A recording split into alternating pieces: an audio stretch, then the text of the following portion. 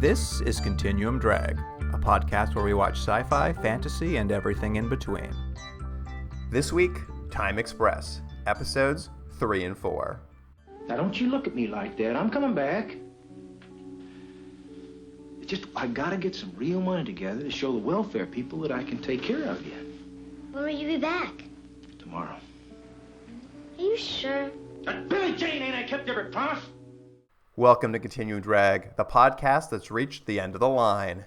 I'm Luke, here with my co-host Jordan. What's real, Jordan? Bitter fork. Sounds like a Chinese restaurant. Okay, I wrote that down too. What does that mean? I don't know. I thought this. I rewound or whatever you call it. Like went back at the time of the video to try to figure out. I'm like, bitter fork sounds like a Chinese restaurant. I'm like, hold on one more time. Bitter fork sounds like a Chinese restaurant. I think it's like I'm guessing it's kind of a racist joke, but I don't know how. Well, that's the thing. I was like, okay, this is clearly a racist joke, but I was like, I don't understand it. Yeah, I think it's just like, it sounds funny, maybe. So maybe it sounds funny as other languages do to our ears if we're not familiar with them. Is that the joke? Anyways, good show. Great show. Yeah, to the listener, there's a location where they go to a town called Bitter Fork, and then I think Vincent Price just like, Bitter Fork? What is that, a China? I was like, that doesn't... I also stopped it. I'm just like trying to unpack what that joke, how it worked. It's also one of those things that sound like a joke, but isn't really a joke. It's nothing. It's literally nothing. It's nothing. It's just a line. I was also just obsessed with just like, I'm like, what do you think that means, show? One other thing I want to mention is I can't remember the character's name, but plays Vincent Price's wife in the show. She pronounces multiple things in the show. She pronounces slightly differently than you would expect, and there's two words that I really enjoyed. One was she pronounced a rodeo. Oh, that's that right. made me laugh. Remember that. And diamonds she pronounced as diamonds. Diamonds. Yeah, diamonds, and I went enjoy that. I missed that one. Let's go to the rodeo. That one I thought was a joke, but you know. Anyway, we're way off topic right now. It is the final podcast on the short-lived TV series Time Express. Not a lot of information on this. I assume it was canceled for obvious reasons, not being good. The one thing, I don't know if you saw this. I saw it in the trivia somewhere. I cannot account for if this is true or not. This could be truly someone made this up. The one thing in the trivia for this show was that Vincent Price, while in the UK shooting some of the movies he shot, saw Doctor Who. Saw a couple episodes of Doctor Who, and he's like, hey, I should do that. I should do that in America. So he's like, so the trivia is just like, he went back to the States, tried to get the rights to Doctor Who, could not get it. And then the next part of the trivia is, so he made this instead. And I was just like, what? How is that connected? That's just like, I tried to read a book one day, but I got busy and I ate a hamburger. I'm like, so? Unrelated. I saw the same thing. It feels like one of those things that one is made up and two is rather half-baked because of the point you make. You're like, okay, what do those two things have to do with one another? Oh, man, we've got ourselves off to a real riled-up start. I don't like it. I don't like how riled up I already am. No, I like it. Well, you know what? It's a good place to be because I got a game for you, Luke. Okay, good. Get this energy out of my system. Yeah, get the energy out. And it's I don't know if we've done this before. We probably have, but it's I call it Time Express, true or false. Oh, I don't know. This sounds new to me.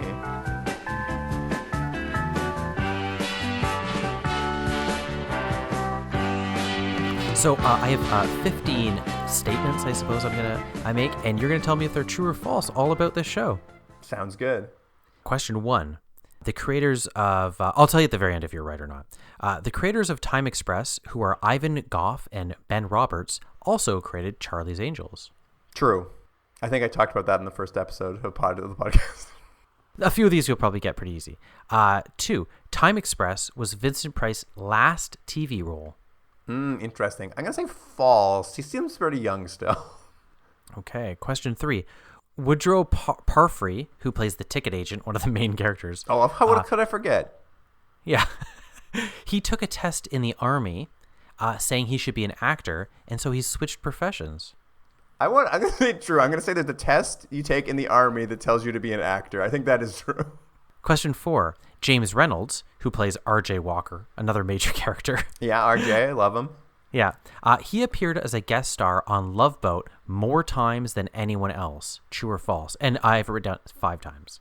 That's such a weird question. 5 times doesn't sound like a lot, though. I'm still gonna say true. Question 5. William Edward Phipps. I tried to go through all the characters so they all get a little chance. He plays E. Patrick Callahan. He's one of the other people on the train. He was the voice of Prince Charming in Disney's Cinderella. True. I have no idea. Question 6. Time Express was the TV show where Tim Burton first saw Vincent Price, who he eventually cast in his last role, of course, of his life, which was Edward Scissorhands. False. There's no way that's true. Imagine this is the first time you encountered Vincent Price in the 1 week this was on TV. It was on such a short time. It's possible. I mean, it's not impossible. You know what's funny? While I was writing this, I started giggling to myself, and I thought, Jordan, don't you giggle during this because you're going to start giving things away. And here I am giggling. I like that this is tickling you so much. So anyways, I apologize for the next 7 questions or so. Time Express was featured on the cover of TV Guide, and it was April 1979. True or false? I know there is. I'm going to say false. I've only seen one advertisement for the show online, and it was not the cover of TV Guide. Okay, question 8. Creator Ben Roberts, who's one of the creators of 2, was also nominated for an Academy Award. False. I say false. I'm not saying he didn't have a good career, but I just don't think he got nominated for an Oscar. Question 9.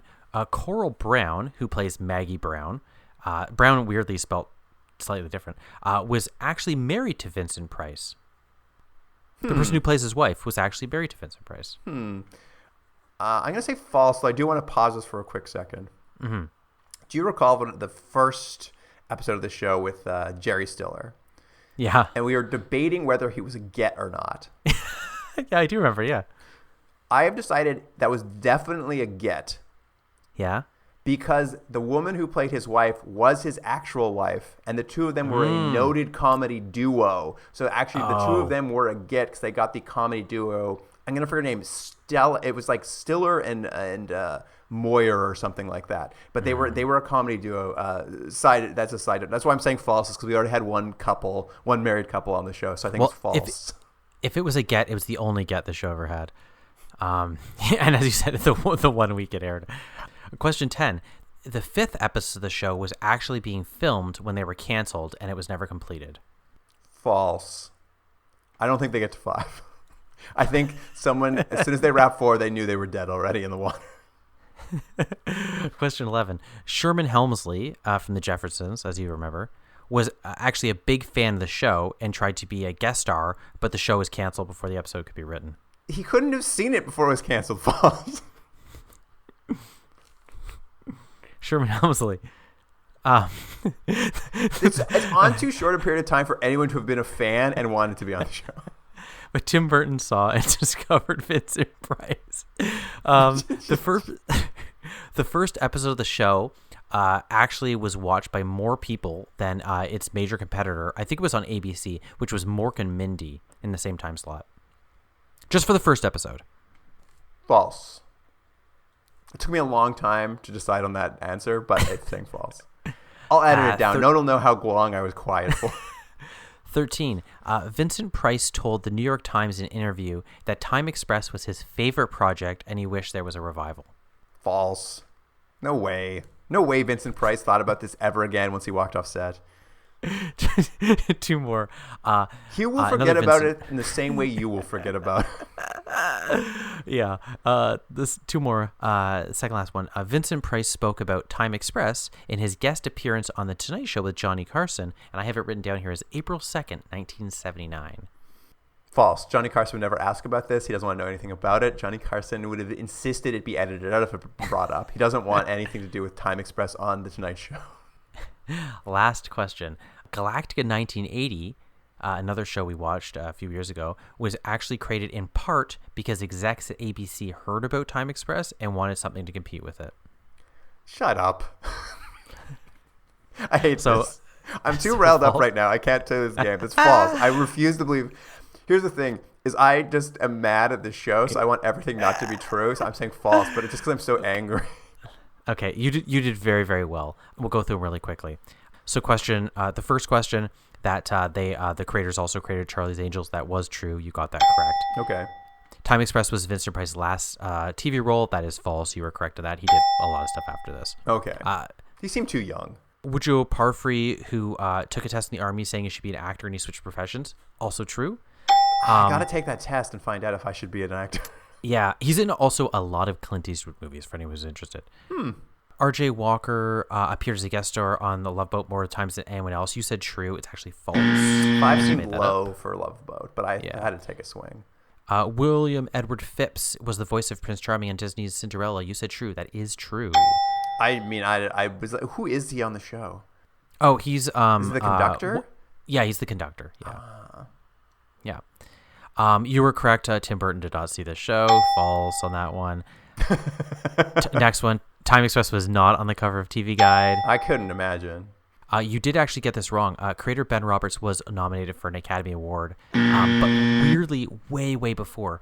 He wrote a movie called Man of a Thousand Faces in 1957, Oh, and that was yeah. nominated for an Oscar. Cool. Good for him. Congratulations. Another one you got wrong. Coral Brown was married to Vincent Price at the time of the show. He was her third wife. Oh, well, they do have a certain rapport that I could believe that, actually. Yeah. So those are a couple you got wrong, but fifth episode was filmed when they canceled. You were right. That was false. Also false. You were correct. Sherman Hemsley did not want to be on the show. No one I wanted just to be on was the looking. show.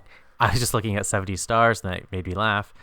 The Mork and Mindy actually destroyed the show in every time. So it was across from it, but Mork and Mindy did very well. It was number There's 3 no for the year. way. I was just like thinking about it. I'm like, maybe the first episode. I'm like, no, Mork and Mindy would still just like, no one's tuning out of Mork and Mindy. No, Mork and Mindy finished the year number 3. I was looking into all the ratings week to week. By the way, I could never find Time Express. It didn't even make any of the ratings in the Nielsen's. It was so badly rated. You're right. He did not. Vincent Price did not tell the New York Times in an interview that Time Express was his favorite project. This one you got wrong. Vincent Price did mention Time Express on his appearance at the Tonight Show. How Now, mad did Johnny Carson get, though? I don't know. I couldn't find the actual episode, but I know it was the April 2nd, 1979 episode of The Tonight Show. I'm going to try to find it and see if I can find his appearance. Johnny Carson But cut the apparently- cameras immediately. He was not welcome back on the show ever again. And finally, yes, Galactica 1980 was not created because ABC heard about Time Express and wanted something to compete with it. So you did, you got 1, 2, 3, 4, 5, 6, 7, 8. Jordan, I just want to say something. 11 really out of quick. 15, right. Jordan, I just want to say something really quick about Yeah. about that last question.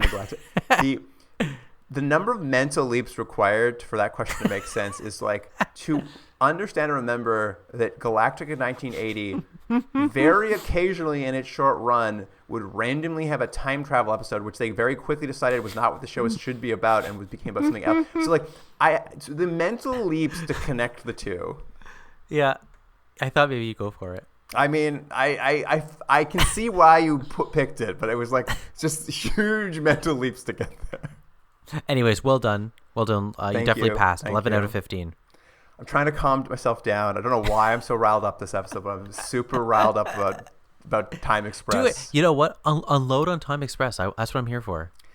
It's going to be Rodeo. hard not to, because let's get into it. Let's do it. Here is the IMDb summary for episode 3. I can't believe it's only been 3 episodes. Rodeo/cop. Okay, I'm gonna say this. How awesome would it be if the episode was Rodeo Cop? Get rid of that slash, man. Yeah, exactly. A rodeo rider returns to 1977 where he was injured, creating an unstable living situation for his daughter. An LA detective returns to 1973 when he got shot in the arrest of a suspected diamond thief. But was the suspect really guilty?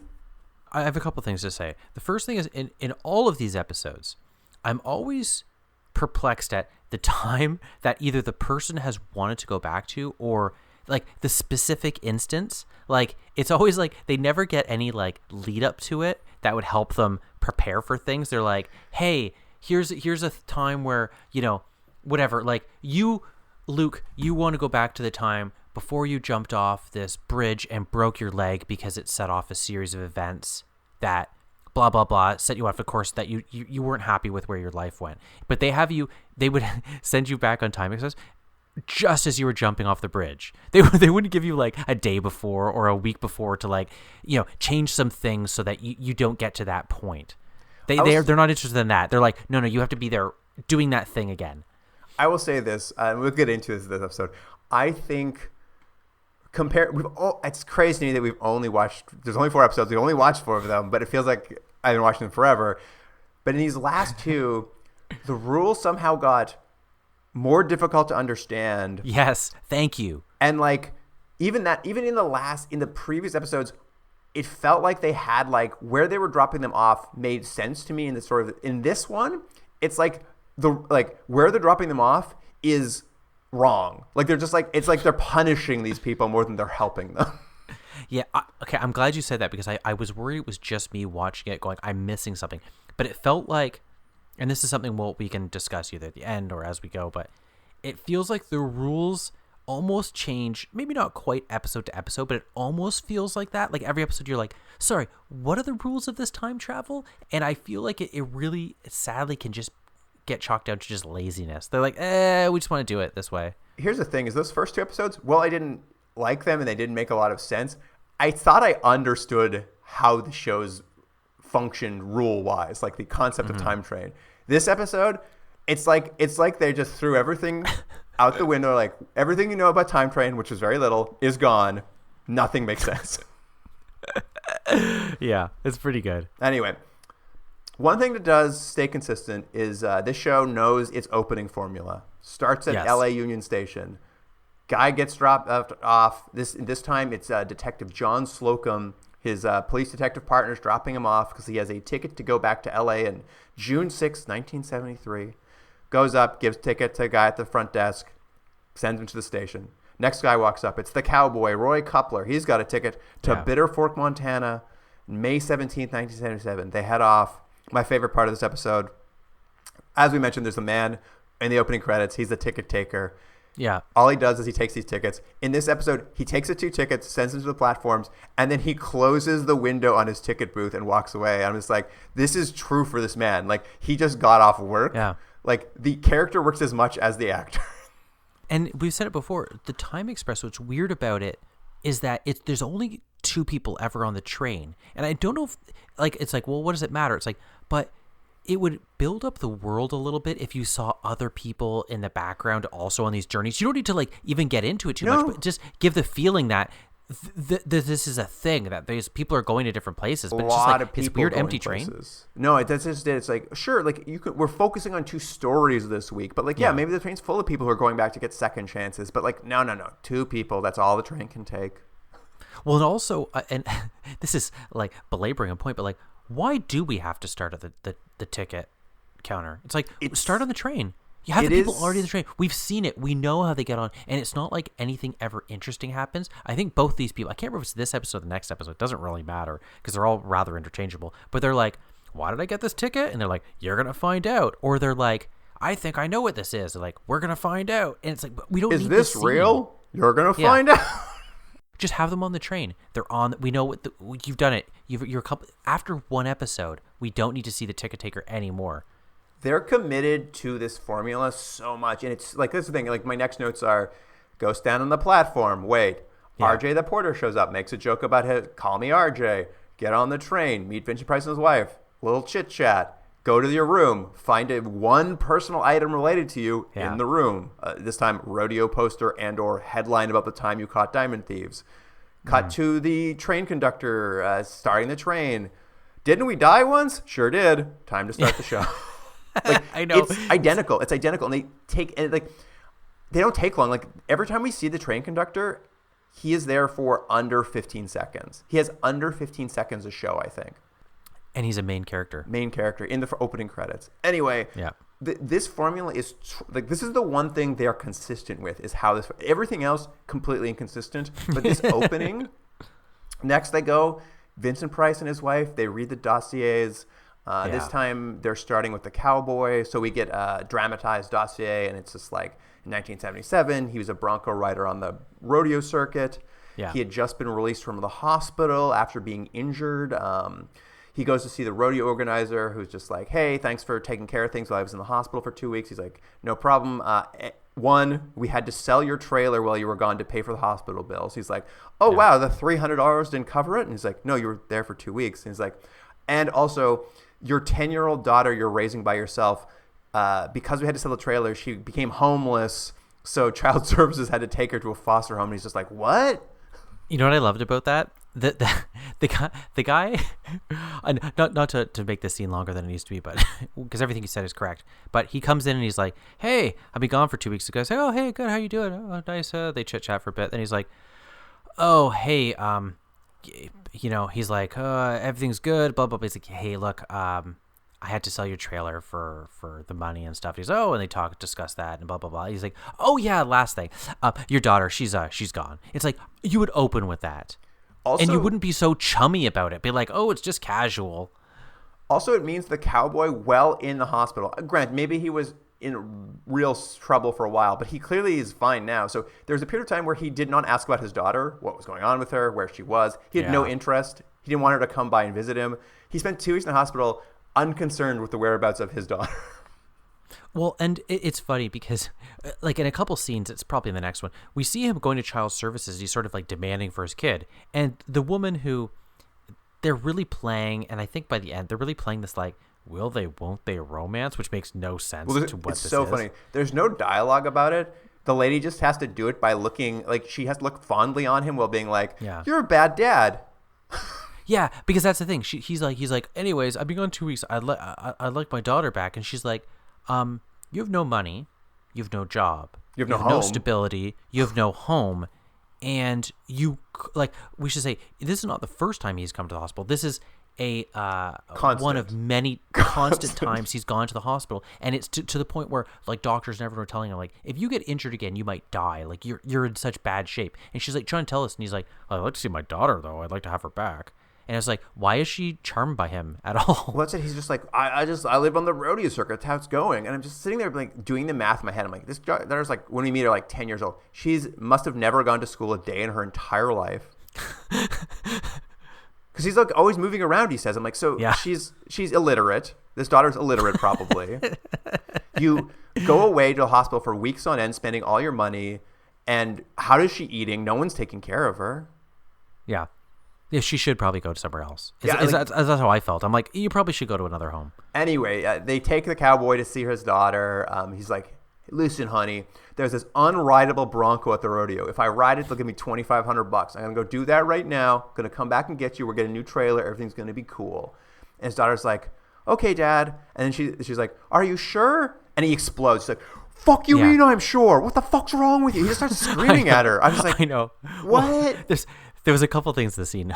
The add to the point you're making is to add to the all the issues he has, financial, the instability issues, the instability of everything. He's also, like, flies off the handle and is verbally abusive. I'm like, and he does this not only to his daughter, which is bad enough, but it's also in front of the person that you're trying to convince. In front of the welfare worker, the social the social worker. That aside, I like the idea. And this guy double downs on this episode, but, like, he's like, you've been injured. Things are not going well. He's trying to get his daughter back. He doesn't think, you know what? Things have gone bad for me. It's time to show I can pull myself up. It's not like he's on, I'm going to force myself to go get a different, I'm going to do some menial job, but it's reliable. And it means I get a paycheck every week.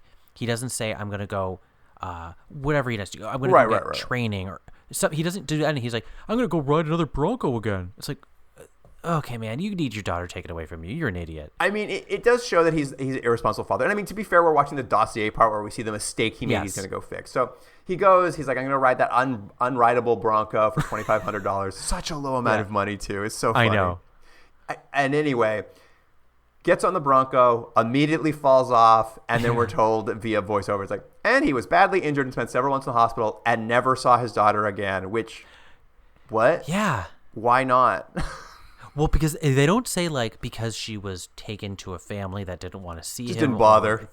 He did, yeah. He didn't. He wasn't given the information where she was, or it was like some sort of, for some reason they had cut ties with him. He's just like, yeah, he doesn't see her again. I'm like, that seems like it was his choice. Because that's what's funny is like he was badly injured on this ride. Obviously a mistake to do it. We know he's a bad father. But now we're also like, because it's 1979 or 80 when this show's coming out. So it's, and I think they said it's been 3 years since he's seen his daughter. But there's no reason after the injury he wouldn't have seen his daughter, like other than him being a really bad father. Also, there was no other Broncos. He could have tried one more time. Listen, I don't want to labor this. I get it. It's a TV show. You only have what you have. They got a perfectly good horse for these stunts, for these Bronco riding stunts. But the horse they got is the horse you train that like knows how to fall over when it gets like shot at in a Western.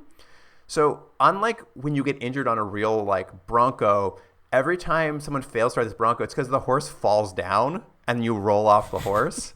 And I was like, that's not an unrideable horse. Like a horse that falls down, like a Bronco is the one that throws you off. It's a very, very good point.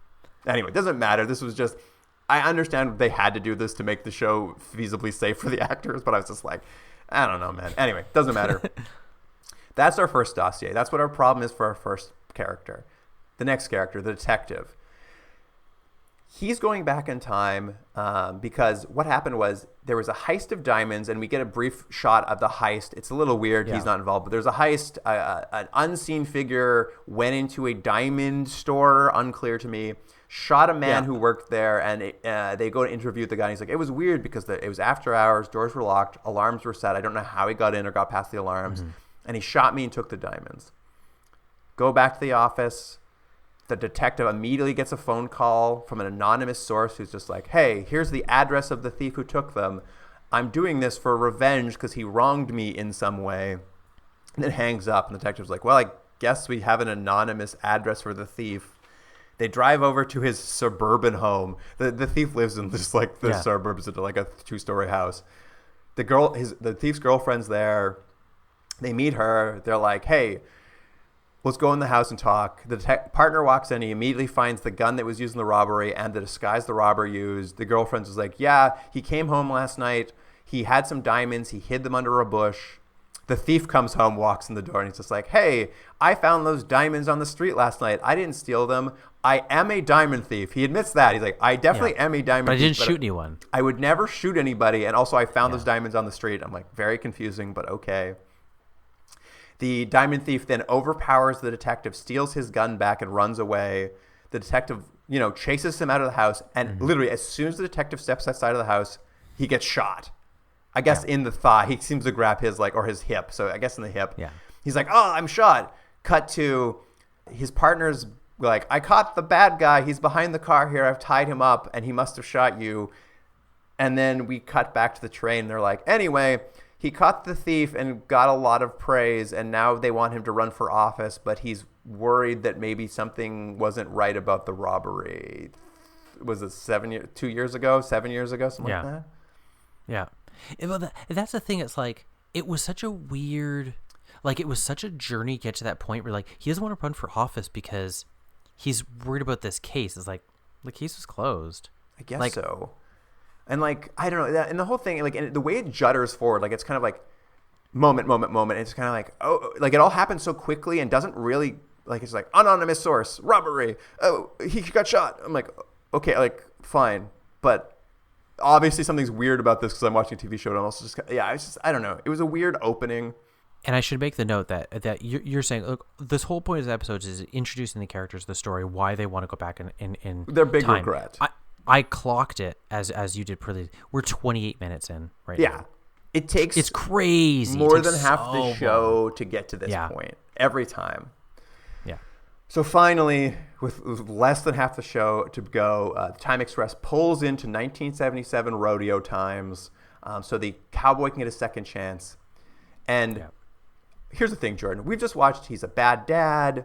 He made a wrong choice to go ride this bull.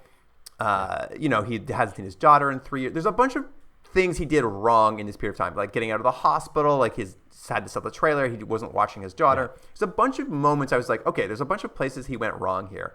What moment is he going to go back to fix this? He's got to go back and he's like, I got to ride that bull again. It's not even that he goes back and says he's got to. They start him on the bull, on the Okay. Bronco. Yes. Like, yes. he's starting. Yes. And that was my Bronco. point for the beginning of the episode.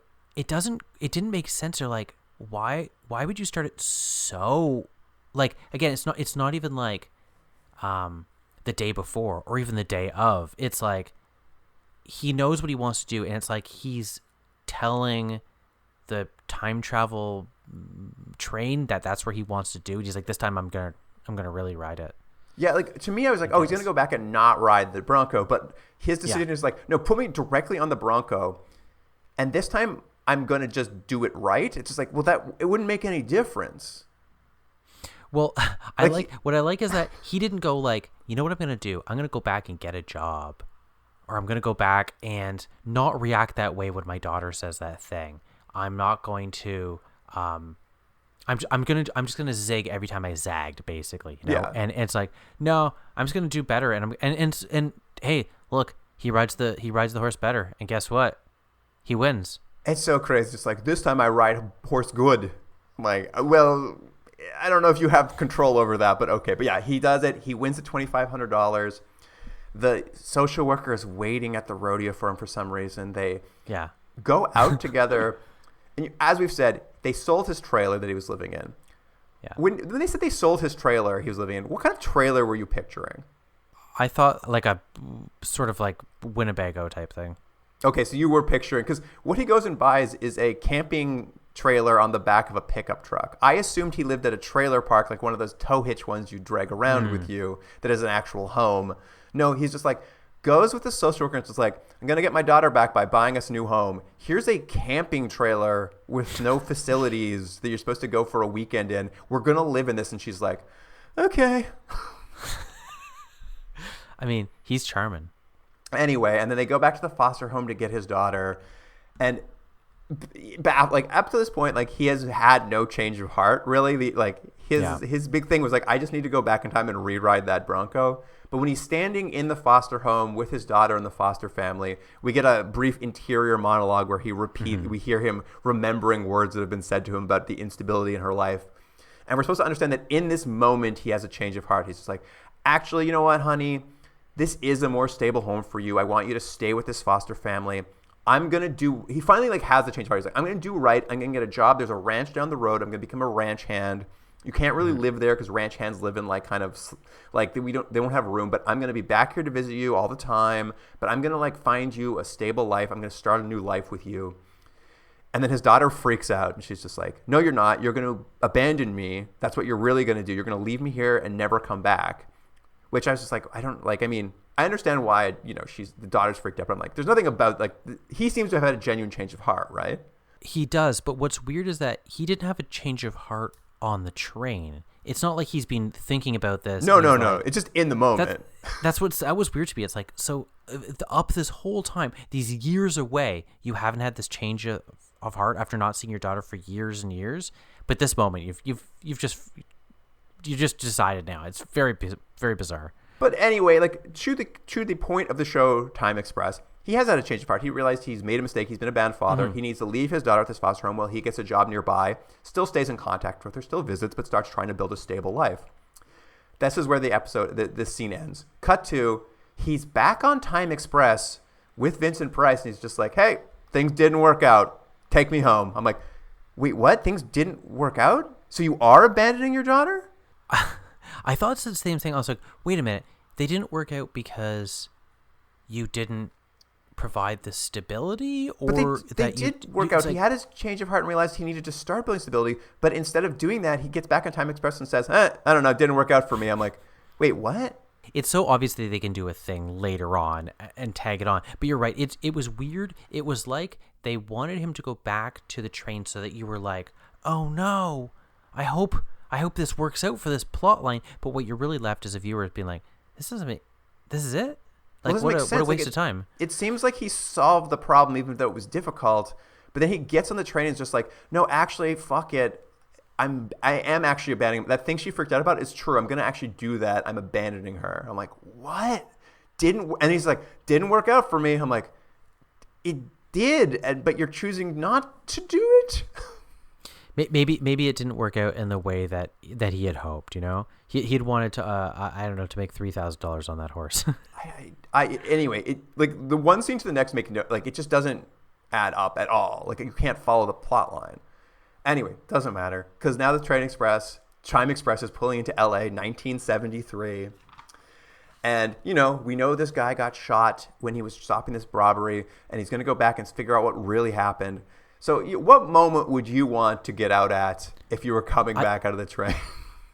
I'll tell you what I want to do if I'd been shot was I want to make sure that I get shot again. Yeah, you want to make sure that when he gets off the train and literally into the moment he's shot in the hip. Like I was like, yeah, you could have got off 30 seconds earlier and then not stepped out of the house. But he's like, no, I still want to get really shot. Thanks. And you've mentioned it before, and I've mentioned it. It's one of these peculiarities of the show because they haven't created the rules very well. Like you don't know if they are kind of controlling it or they're not controlling the time period they go back to, or it's sort of like predestined.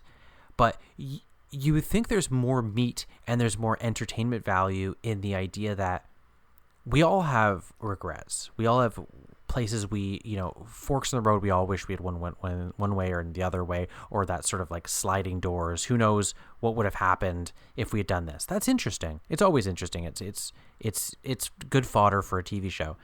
But it's almost like they don't want to do that, where it's like, it's way more interesting that the cop wakes up that morning and he knows what's going to happen, and everyone sees him being weird because he's trying to avoid getting shot and he's trying to avoid this conflict happening. And well, he tries to get to the bottom of what really is going on. Like what's happening, and he's doing things differently. He's acting different because he has this knowledge. He's older and wiser now, but he's in his old body. There's things to play with there, but they're like, no, he just goes back to get shot again. Anyways, because we've already shown you all this boring stuff that could have just been thrown in a line of dialogue. He got shot during a case. Now he's gonna try to figure it out. You didn't need to show any of the stuff that you wasted the first 28 minutes on. Oh, you're right. I mean, in your mind as the viewer, you're like, well, if we've seen this, we're now going to see an alternate version of this. But yes, that's not what they want to do. They drop him off literally at the moment he gets shot, and then cut to 6 months later, a year later. The rest of his story takes place in a future period where he's recovered from the gun injury. His partner is with him at the office. He's just like, well, that trial of that diamond thief was long and complicated, but it's finally over, and he got 20 years to life. I'm just like, so why didn't Time Train just drop him off now then? Like, why did they drop him off? It's like, we're going to drop you off to get shot and go through 6 months of painful recovery. Well, that was my question. Did he get dropped off and then he redoes everything? Or was it that he got dropped off and we just don't see him sort of like appear in the future again 6 months later? Because it implies... The implication is they dropped him off at the moment he got shot. And then he stays there for months and months and months. Months and months and months. Not only does he stay there for months and months and months, it's only this 6 months to a year later where he's sitting in the office and they're like, the trial's finally over and he finally got convicted to 20 years to life. He's like, oh yeah, I was supposed to go investigate whether that was true or not. I guess I better get started. I'm just like, what has he been doing this whole time? You're absolutely right. Weirdly, they could have actually, as insane as it is, they could have still started with him like, you can go back in time, but you can't change that you got shot. So you're going to start when you're in the hospital, and now he's in the hospital, he's injured, but he's trying to solve this case, and he's debilitated in this way. Okay, there's something interesting there, but that's not what this is. It's he just waits as long as he can, and he's like, anyways, there was always something a little hinky about this case. I got to start worrying about it now that I've been in my younger body for 6 months. Now that I've gone through that painful rehabilitation and all that stuff, I'm like, oh yeah, right, that's what I came here to do. See if that guy actually stole those diamonds. Anyway... Yeah. And listen, I'm going to try to describe the investigation, and maybe you can fill me in on things I didn't understand. But so he's gonna look into it. First thing he does is he goes back to the neighborhood the thief lived in, talks to the neighbor of the thief. The neighbor's just like, oh yeah, that thief's girlfriend, she's been around this whole time, but she's been sneaking around with some old guy. I'm like, okay, so I guess we're supposed to suspect maybe the girlfriend was in on it with an old guy. Yeah. And then he goes to a office tower to talk to a guy who's just like, and they're talking about the diamond place, and they're like, hey, it was weird that the robbery didn't set off alarms. Maybe it was an inside job. And I'm like, okay, is this guy worked for the diamond company? Maybe he works for a security firm. But then the guy's just like, oh, here's a police report from the last time the diamond place was robbed, and we caught the guy. And I was like, who? So is this another policeman? I don't know. The detective opens. He's like, oh, look, here's the guy who got caught for it. Reminds me of the snitch who called in the anonymous tip. I should go to the pool hall he hung out at. I don't know what's happening, and that's like I don't know. So here's all it is. It's needlessly complicated. He goes to a pool hall. He goes to harass some other guy. Then they go to an insurance company. It's back and forth. They're sort of playing as if they're sort of like untying this knot, this like Raymond Chandler, a sort of convoluted thing where it's like, oh, was this? But it's not. It doesn't make any sense. And again, what's amazing is that's the episode they decided. They wanted this cop to solve this case because he's like, it doesn't make sense. But here's the thing. All the evidence we have seen as a viewer, it's the guy. We know he's a diamond. He robs diamonds. He's a bank robber, diamond, whatever you call him, diamond robber. He had diamonds. Thief of some sort of thief? He's a thief. I guess you could just say he's a thief. He had diamonds, and he shot the guy. I'm like, it seems like enough evidence to close said case. I don't think you as a detective would be constantly worrying about it. You just wouldn't. And so they hand wring and they jump through these mental gymnastics to try to make this complicated, but it's not complicated, and it's so obvious what the issue is. And they do all this sort of sleight of hand to try to confuse you when you know immediately what the issue is. Yeah, but it's so dumb and makes so little sense that they have to do all this nonsense. I guess it's not even sleight of hand. They're just doing it so fast so you can't focus on how you can't understand like why or how he's like.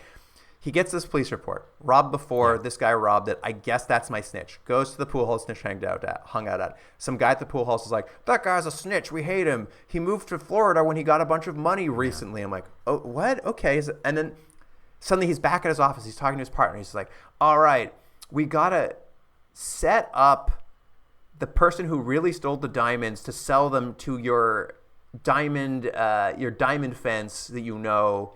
And I was just like, wait there, but I was like, you got the diamonds back, but so there's more diamonds somehow somewhere. And he's like, yeah, I'll set up my fence to meet him at a warehouse, and we'll get the insurance company to give us 10% of the money. I'm like, I don't understand. What does that have to do with anything? Doesn't matter. Cut to the warehouse. It's like, all right, we told the girlfriend to come to the warehouse so that we can get her to give up the old guy she's dating, and that'll get us the diamonds and the people who. I'm just like, I'm like, I don't know what you're talking about. Like, what is? I don't understand what's happening. He's like, I'm going to go inside. The detective goes inside. There's an old man standing there. He's like, old man, where's the girlfriend? We told her to come here so we could get you. And he's just like, I don't know. I'm dating her, but she told me to come here. I don't know anything about this. I'm like, what? Okay, what? Suddenly someone starts shooting at them, and the detective runs into the line of fire, beats someone up, and drags his partner. And he's like, it was you all along. You stole the diamonds, my partner. And I was just like, what is happening?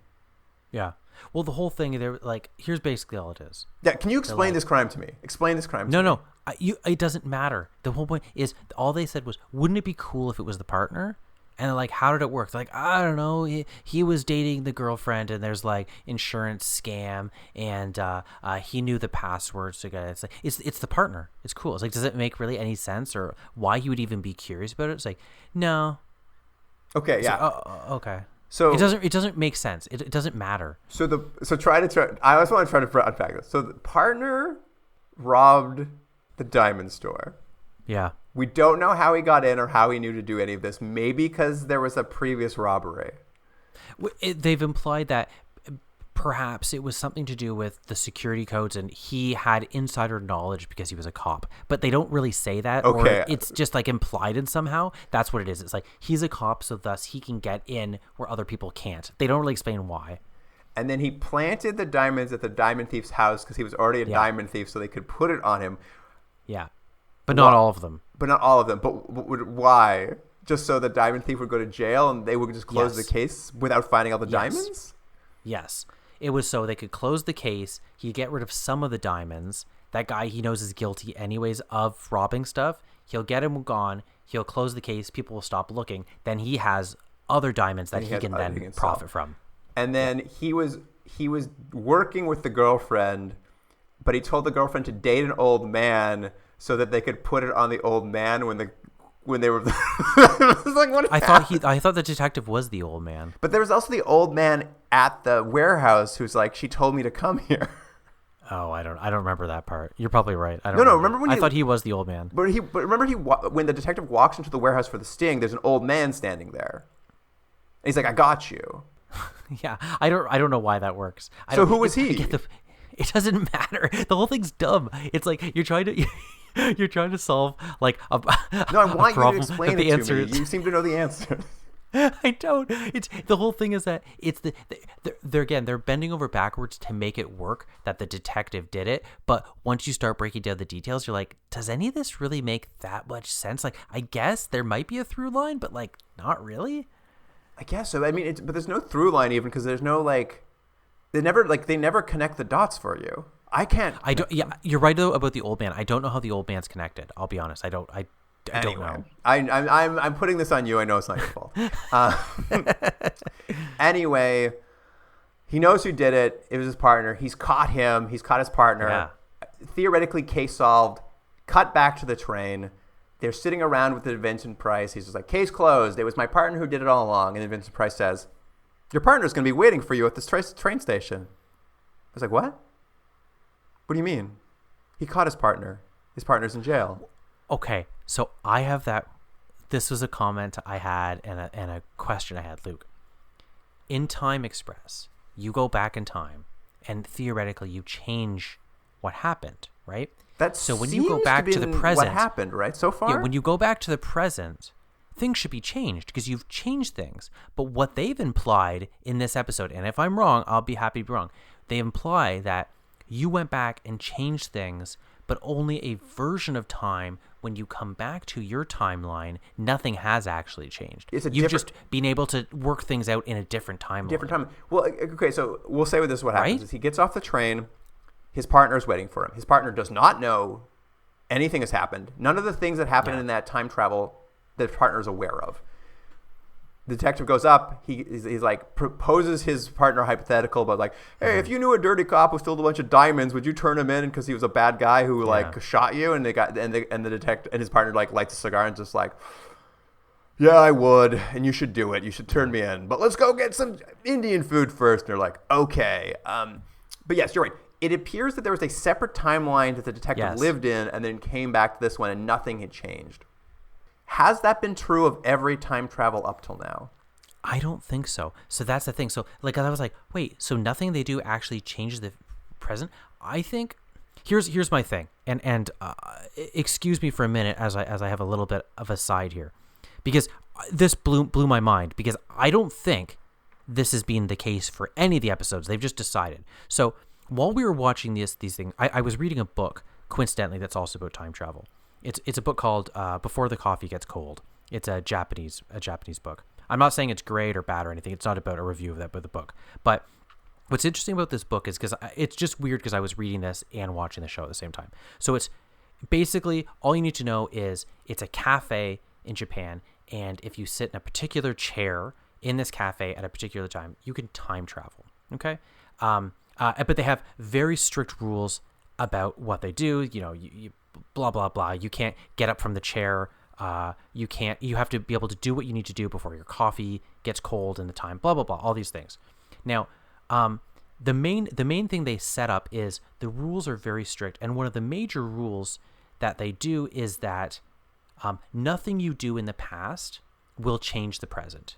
So most people don't even like. What's the point of even going back to the past? Because it's like no matter whatever you do, you can tell the person you love that you love them, and they'll never love you back. Or whatever you do doesn't, regardless of anything. You can try to warn someone that they're going to die. They're still going to die. It doesn't matter. And so it's a weird thing because it's a weird time travel of like there's no consequences. But what we really do is it's really just a vehicle for character. It's sort of moving and charming, and it's the questions more about like time and how we choose to spend it. And really what it is, it's about this like emotional resonance. And what really was left with me it was funny because I was watching the show and I'm reading this book, and I thought, wow, that emotional resonance is completely missing from this show. Regardless if it's good or bad or the rules don't make sense, it's that all this work they do, you don't care at all. You don't care if this cowboy gets back with his daughter. You don't care if the detective solves the case. And it's like, because I don't know if it's because they didn't create strict rules or it's just that it's all so lazy, but it's such a weird thing to have a show that's devoid of any character development, and it's just so disappointing. Do you think that's fair? I thought you were going to explain to me whether time travel works or doesn't work in this. Like, in terms of like, in these episodes, but that's what it is. Are they changing the future or are they not changing the future? Well, because that's the thing. It's really what, like, I mean, there was a larger point there. The smaller point is that this book I read, sounds good. It sounds like rules. A good book. You might like it. There are rules. There are very, very specific rules, and some are kind of silly and some are not kind of silly. But the main idea is you can go back in time, but no matter what you do, it won't change anything. That's an interesting concept. This show, all they had to do was like, you get one shot. You get one shot at one thing, and you're going to go exactly to the thing, this crossroads, and you have a chance to like make one decision or not, or something like that. And either it's going to, imagine if the show had done the same thing where it's like, you're going to get a chance to go back and redo something, but it's not going to change the future. You'd be like, that's weird, but that's the rule. Do you know what I mean? Like, I don't know if that makes for a more satisfying show or a less satisfying show, or if it, undercuts the own stakes, but at least the rule will be clear, because as we just said, like, the rules don't make any sense in this show, and time travel doesn't make any sense, and I think it's just laziness. I think they have a bunch of writers who are not paying attention to other episodes. They're just like, yeah, I don't know, a cop figured stuff out, and then at the end he has a cigar with his partner. Cool. So definitely the cop one, we know there's an alternate timeline that he doesn't come back to that one, but he learns the truth when he comes back to the timeline he'd already lived through. Mm-hmm. With the cowboy, when he gets off the train, the social worker and his daughter are waiting in the train station. They're excited to see him, and the social worker says, she kept running away from the foster home, so I took her in, and then they're just like, imply very strongly that maybe we should just go and be a family together, which obviously makes no sense at all. They all sort of walk off together. But what do you think his timeline is? Is his timeline, he didn't change anything, so he's been in a coma at the hospital for 3 months after riding the bull, and then he never went to his daughter? Or is this timeline, is this when he rode the bull successfully, decided he needed to take care of his daughter, and then also disappeared for 3 years? I'm not sure. I was so thrown by that thing with the detective when they were like, essentially said, hey, nothing you did mattered. I was like, what? And then it's like, and then they cut to like my what I assumed with the cowboy, rodeo clown dude is that, yes, everything he did, like he changed things. It's a new timeline. But did you guys not read this script? Like you have 2 different rules for 2 different stories. It's insane.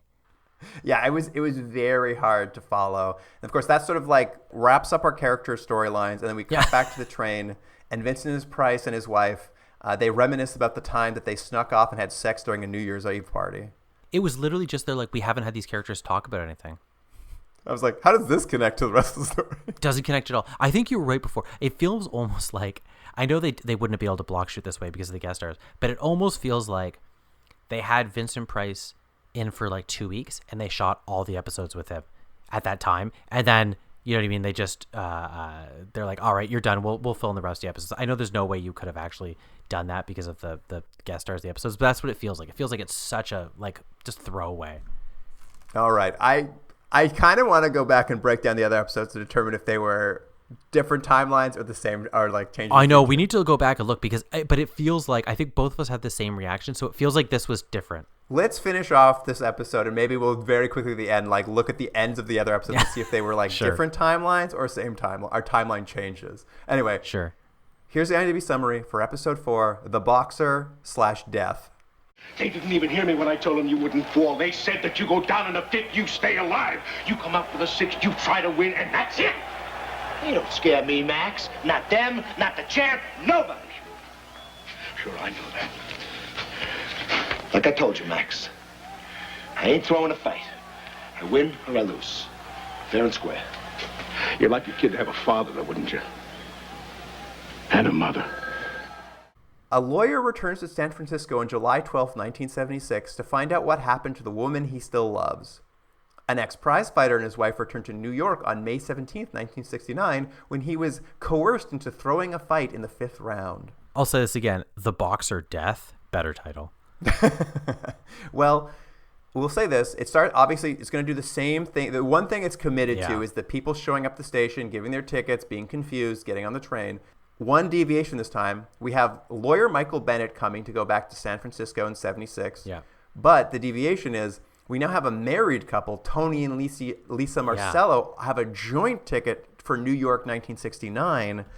First time we've had 3 people on the train. It's funny that they decided to do that because it's really his story, the boxer. The wife's basically not there. Well, that was my point. I don't know why she's on the train other than someone to talk to because she doesn't do anything. Like, does she even time travel? I that's the question. I guess she does. We'll get into it, though. Let's keep going. We'll talk about that as we get closer to it.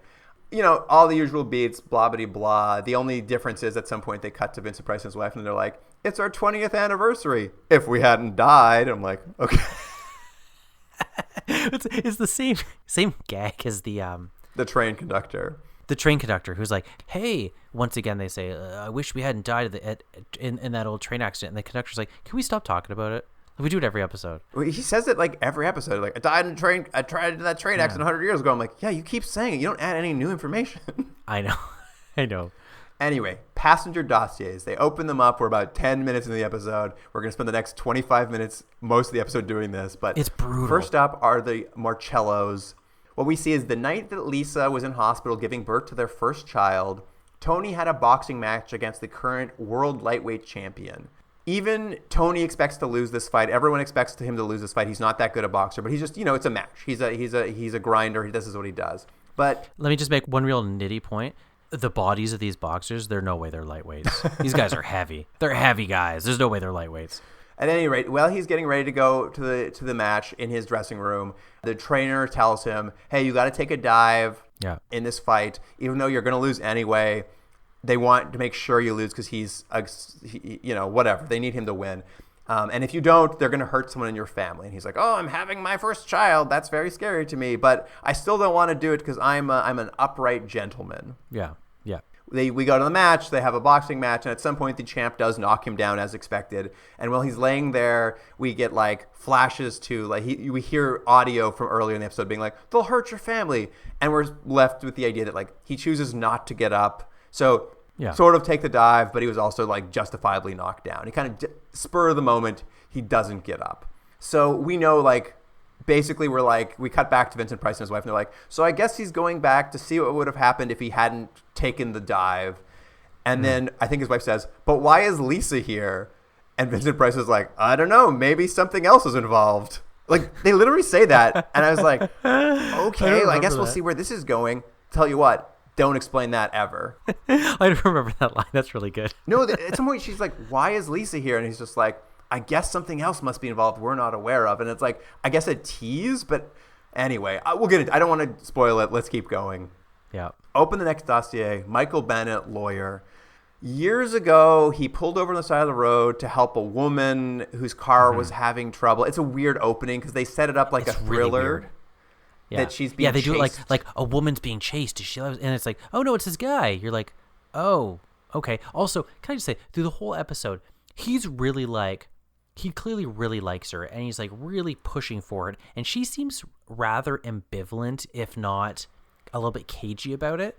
And I felt almost uncomfortable. Like I'm like, read a sign. Like she's just not into it. And he's just like, no, I love her. I'm gonna keep pushing. And I think they think you as the viewer should be on his side in pursuing this woman just because he's sort of fallen in love with her. But it's like, just because they're like, he's the lead character, so you like him, right?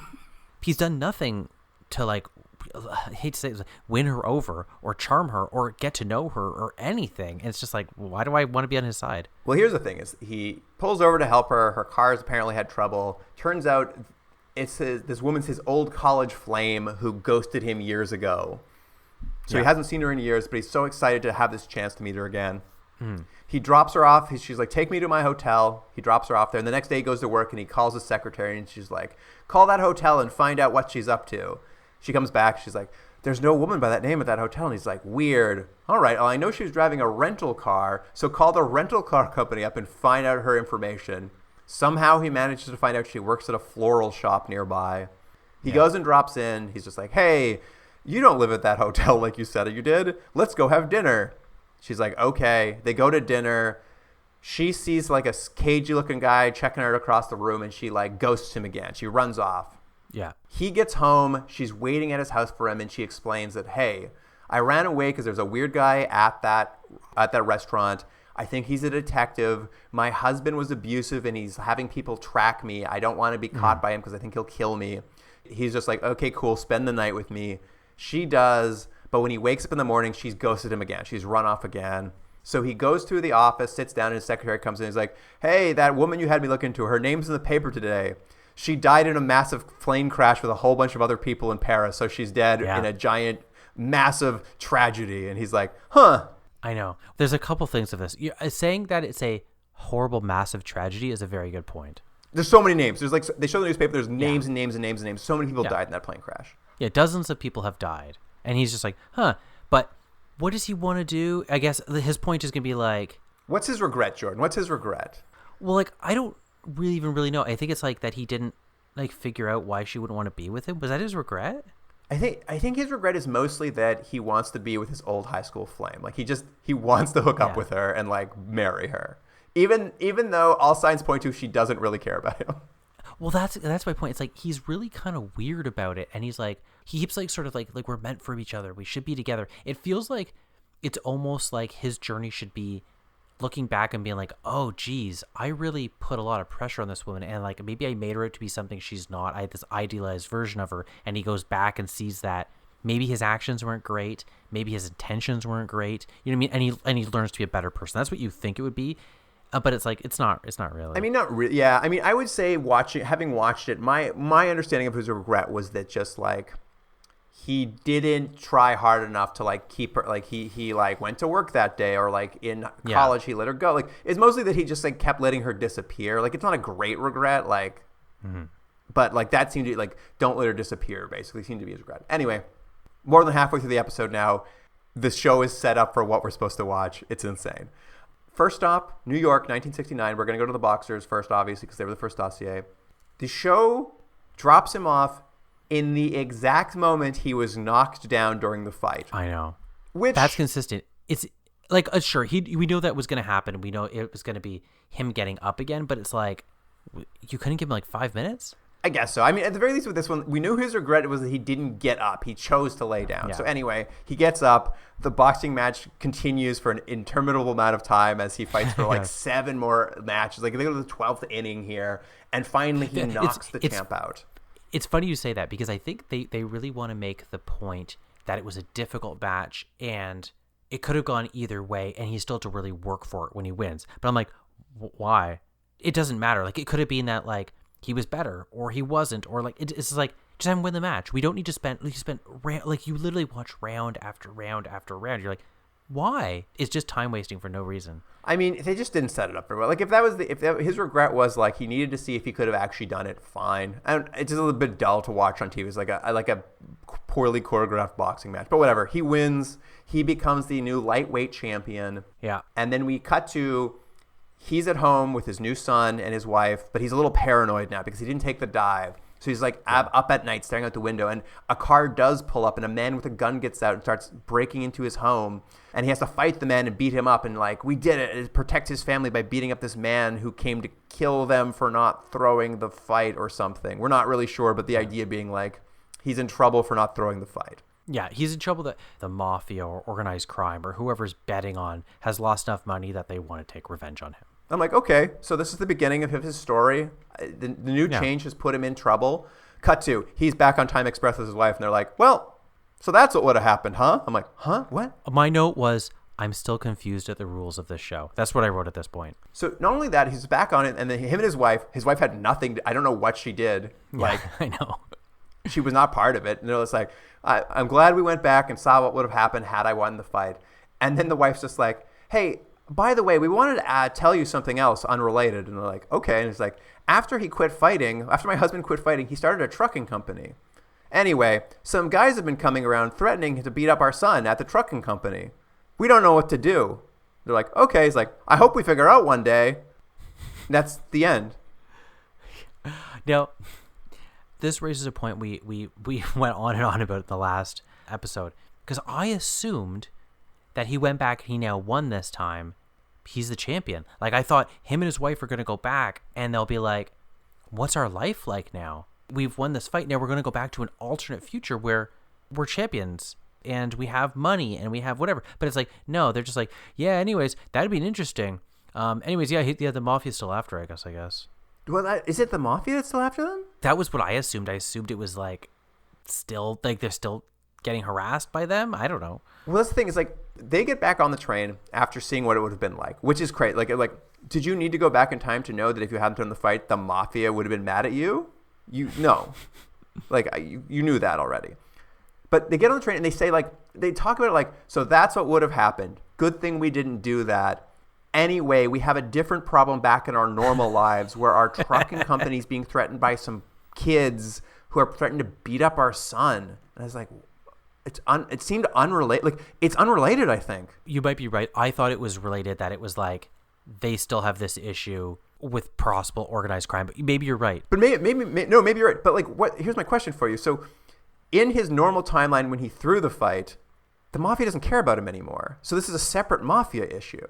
Oh, you know what? You're absolutely right. It's because I'm getting confused on the timelines because I still keep thinking he's the champion. You're absolutely right. It doesn't make any sense. Because they're like, we got on this train because we were having they're like we're excited to get on this train because we're having this separate problem at our trucking company.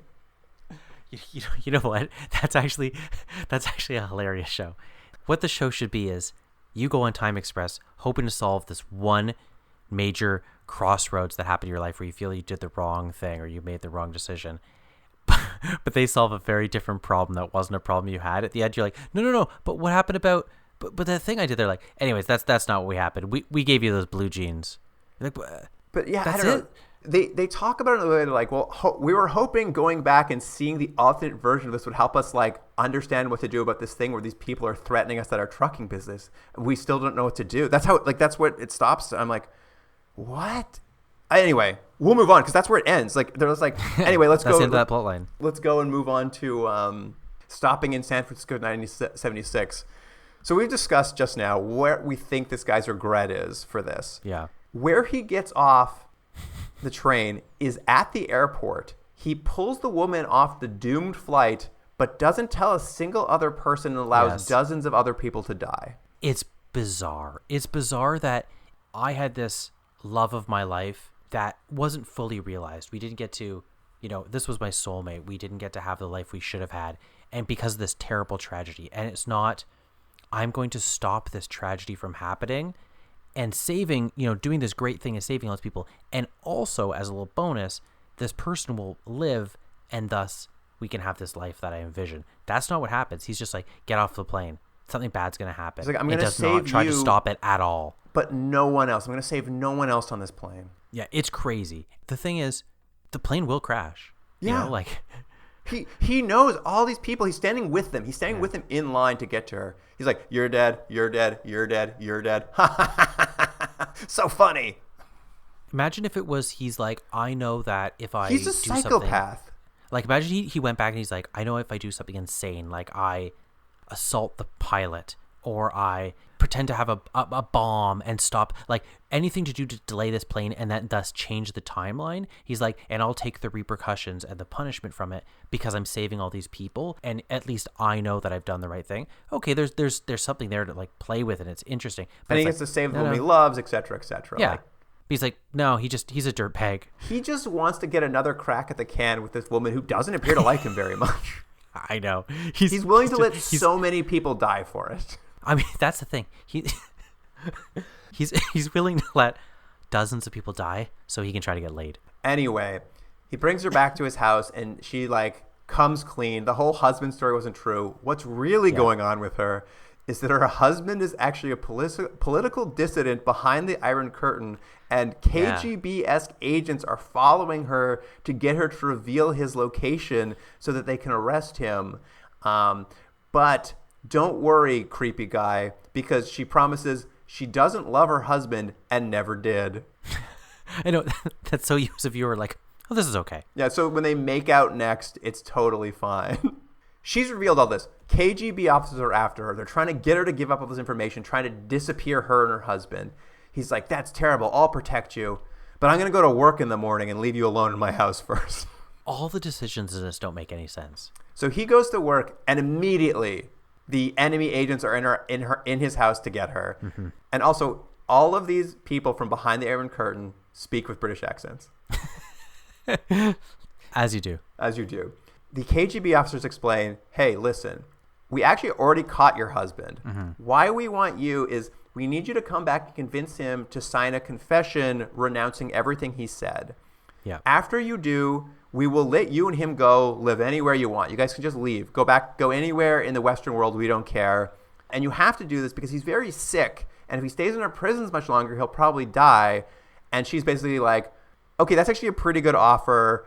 He's sick. I can get him out. It's bad that he has to like sign a confession that turns against what he said. But at least like I also don't go to prison. Like I can get you off my back. Like you can see like it's a pretty good offer for her. And so she agrees. Yeah, exactly. He comes home from work. She's gone. He's confused again.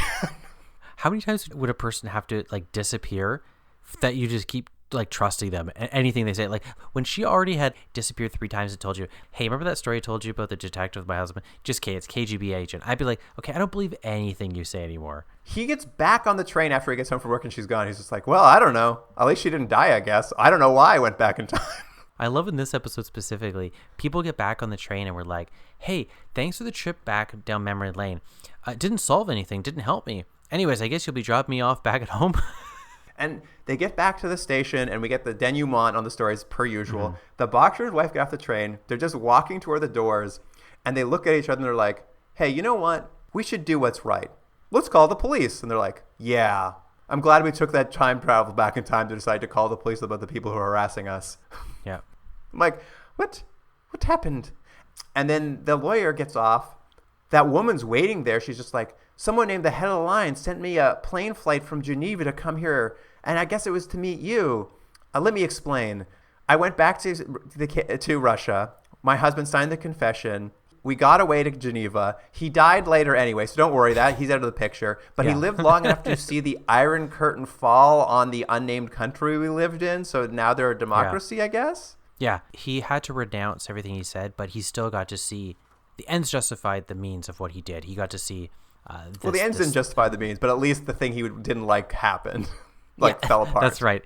I love the idea that he sees her waiting at the station. They have that cinematic. They're hoping for that cinematic moment where 2 people have met on the train and they 2 old lovers, and they come together and she's like, don't worry, my husband's dead. Here's what I like, Jordan. Because that was 76 he went back to. So like 3 or 4 years before whatever time I'm trying to play. She went back. She got them to do what she wanted. They let her and her husband leave and go to Geneva. Her husband later died in Geneva. She has been available to come back and see him for 3 or 4 years now. She has chosen not to. No, she won't go until she gets that letter. I mean, he saved her from dying, which also, Jordan, let's look at this. Boxer timeline. I don't think he changed his timeline. I think he went to a separate timeline, saw what would happen, and came back to normal timeline. No, he didn't change it. He clearly didn't change his timeline.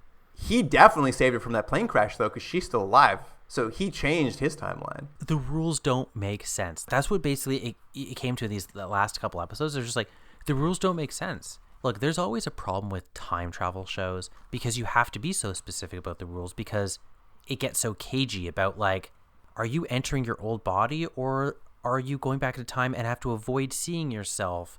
How much of what you do will affect the future? How much doesn't affect? Like, the whole butterfly effect. It gets very complicated, so you have to kind of, especially in a TV show, you have to just set the rules, even if they don't exactly make sense, just like stick to them. In this show, they're just like, But like, there are no rules. The most basic thing is what you do, does it have any lasting effect on the future? It's like, maybe, sometimes, depending on your story. Could not, who knows? All right. Yeah. We're going to wrap this up, Jordan. But I'm pulling up right now. Let's just quickly jump back to the first 2 episodes and let's just decide timeline change or no timeline change. Sure, let's do it.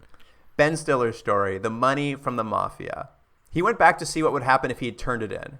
I think there was no change. Yeah, I think he did a separate timeline change. He went to a different Yes. timeline and then chose to come back to his original one because that's the only way it explains the mafia's not after him still.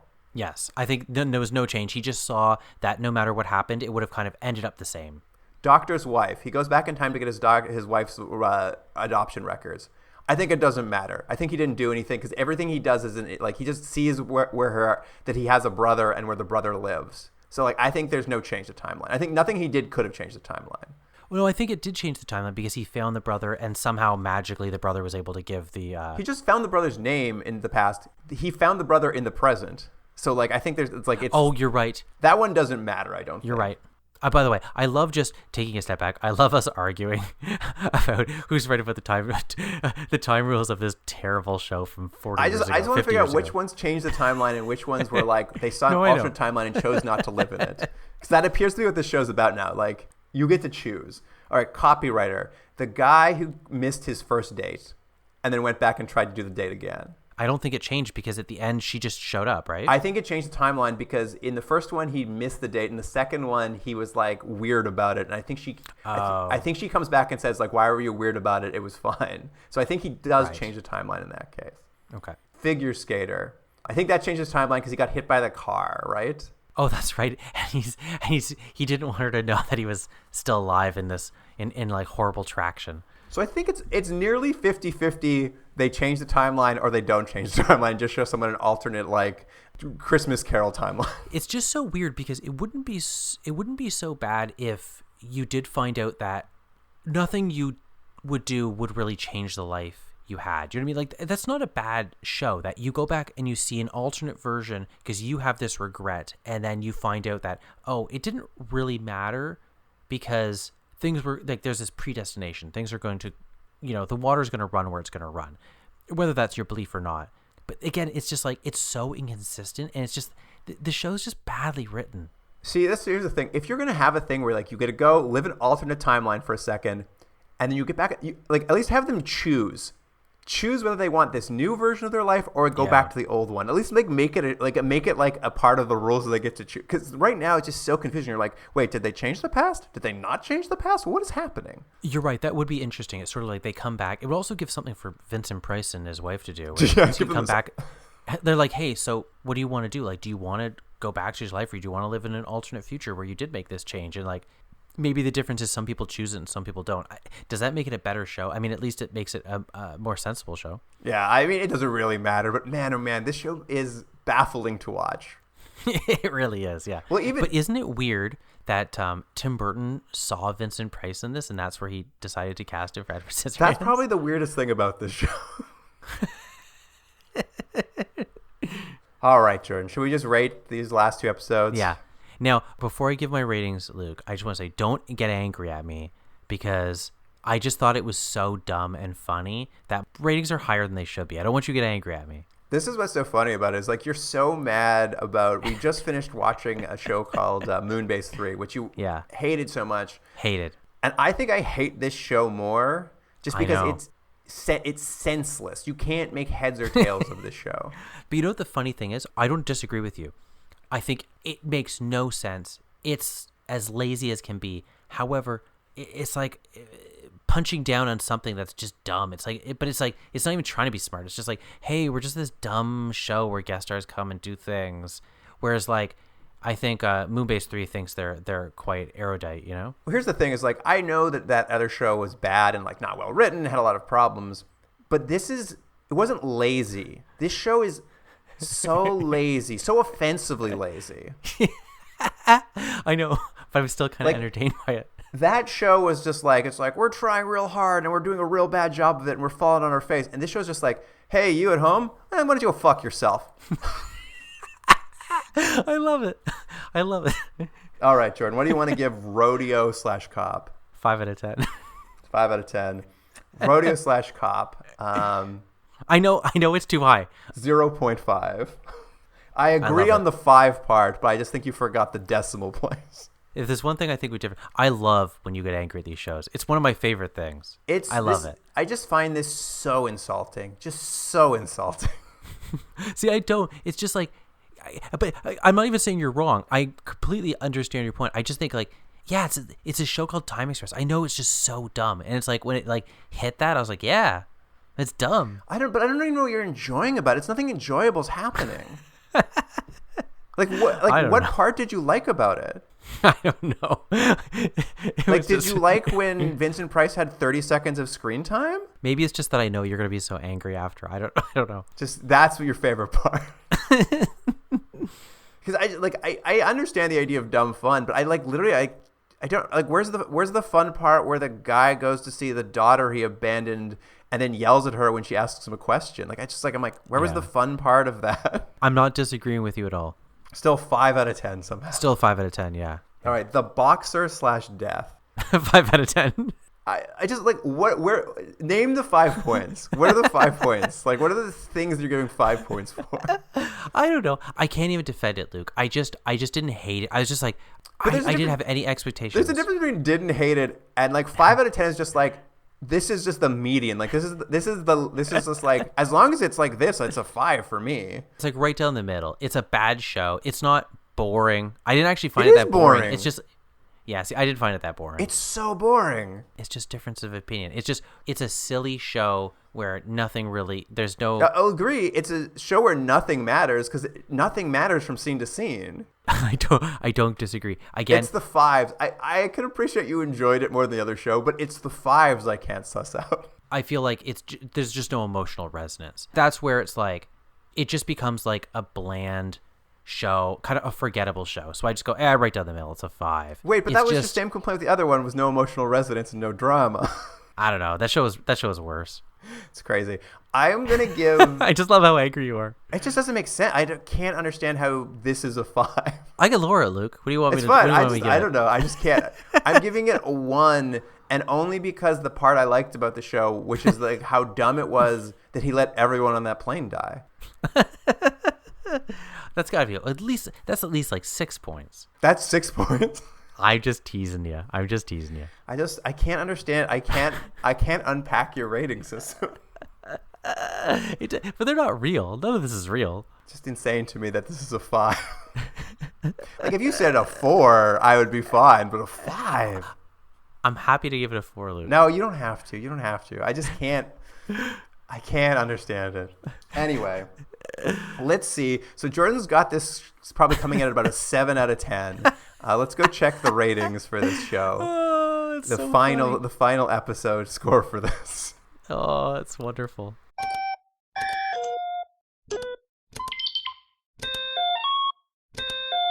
All right, Jordan. I punched in the computer. I have the final rating for Time Express. Yeah. Do you have any guesses? I think you'll be irritated whatever it is because it'd be higher than it probably should be. I'm going to guess it's like 4.2. It is 3.31.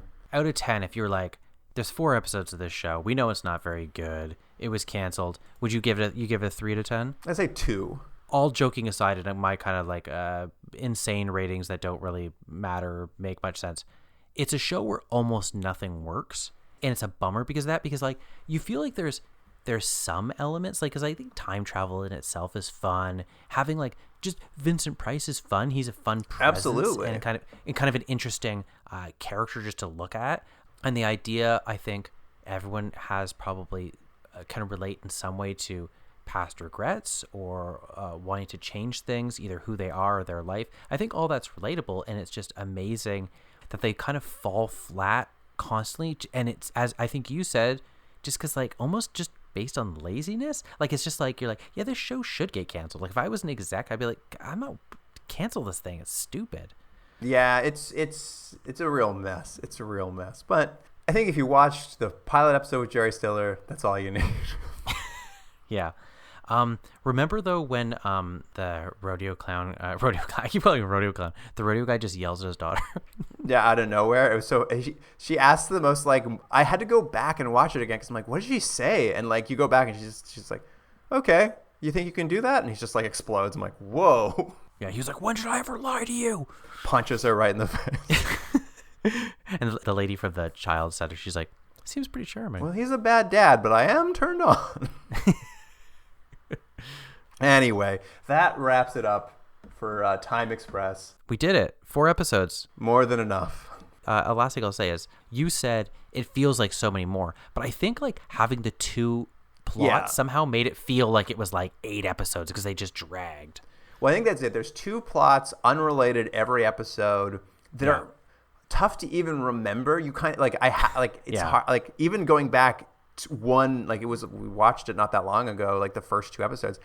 I was like, when we were doing that breakdown of them, I was just like, wait, what happened in that episode? I don't remember what the 2 plot lines. I knew there were some, but it's a real weird. Yeah. Anyway, it doesn't matter. We're done. We're stopping talking. Well, Luke, we could talk more about it off the air, as they say. I'll call you and we'll just talk more about Time Express. Oh, cool. Thank you. If you're the head of the line and want to send us a ticket on the time train, did I do this last time? I can't remember. I don't think so. You can email us at continuumdrag@gmail.com.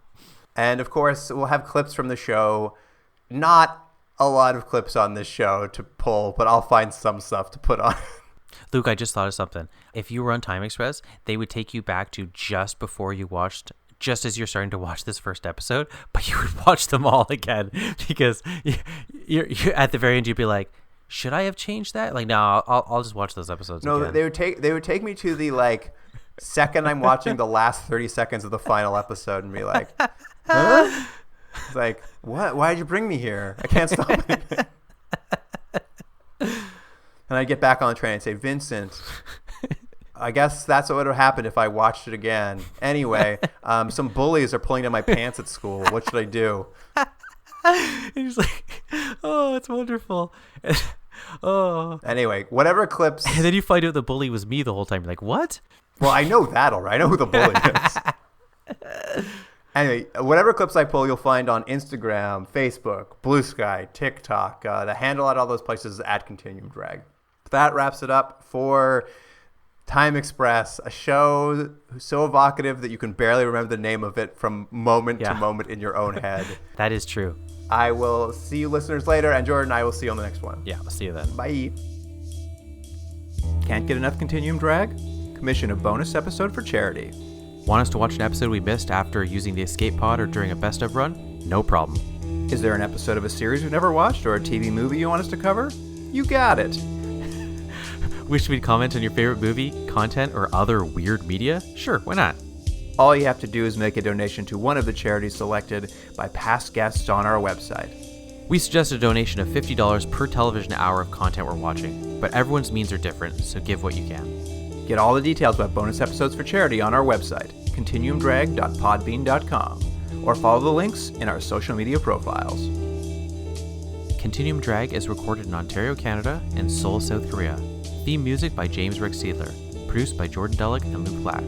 Special thanks to Aaron Hughes.